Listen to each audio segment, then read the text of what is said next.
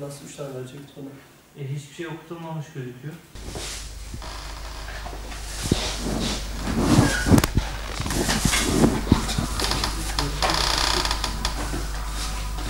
Ülkemizde antibiyotik kullanımında Avrupa ülkelerine kıyasla zirvede yer arıyoruz maalesef. Daha önceden 250 milyon kutuya varan bir antibiyotik kullanımı vardı ülkemizde.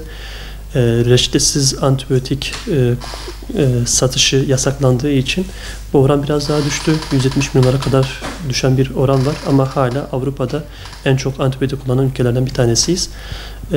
Bilinçsiz antibiyotik kullanımı durumunda bazı olumsuz durumlarla karşı karşıya kalıyoruz. Bunlardan en çok rastladığımız durumlar şunlar diyebiliriz. İlaçlar böbreklere atıldığı için, antibiyotikler özellikle böbreklere atıldığı için bilinçsiz antibiyotik kullanımı böbrek rahatsızlıklarına, böbrek harabiyetine ve karaciğer harabiyetine sebebiyet verebiliyor. Yine bilinçsiz antibiyotik kullanım durumunda bakterilerin direnç kazanmasına sebep olabiliyoruz. Mantar enfeksiyonlara gelişebiliyor. Ekonomik, mali kayıplara sebebiyet verebiliyor. Ve aynı zamanda antibiyotikler bağırsaklarda bulunan probiyotikleri zarar verdiği için probiyotik konusunda da bağırsaklarda eksikliğe sebebiyet verebiliyor.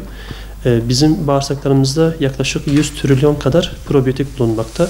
Bilinçsiz antibiyotik kullanımında bu probiyotikler zarar gördüğü için insanların daha fazla enfeksiyon kapma oranı artabiliyor. Özellikle bebeklerde sık antibiyotik kullanımı durumunda ilerleyen yaşlarda maalesef daha bağışıklık sisteminin düşmesine ve daha sık hastalanmaya sebebiyet verebiliyoruz. Probiyotikler, vücudumuzdaki probiyotikler özellikle B ve K vitaminleri üreterek vücudun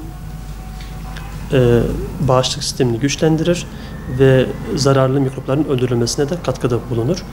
Hastalarımız en çok antibiyotiği bilinçsiz olarak kullandığı durumlar ateş durumu olduğu zaman bebeklerde özellikle ateş düşürücü niyetiyle antibiyotik kullanılabiliyorlar ama antibiyotin ateş düşürücü bir özelliği yoktur.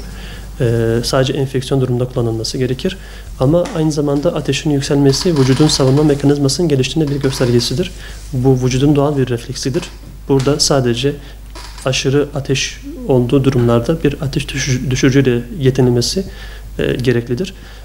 Bir de üst solunum yolu enfeksiyonlarında özellikle faranjit, laranjit, sinüzit gibi durumlarda hastalarımız antibiyotiğe başvurabiliyorlar.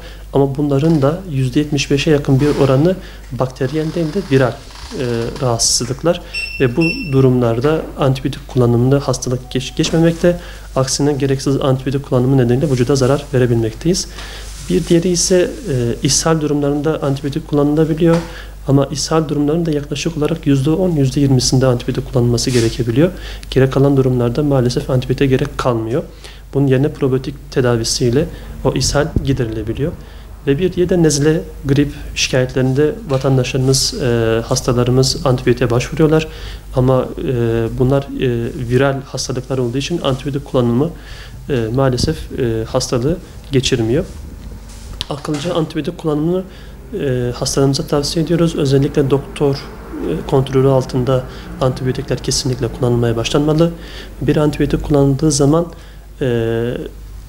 o antibiyotik miktarı, verilen miktar tamamı kullanılması gerekiyor.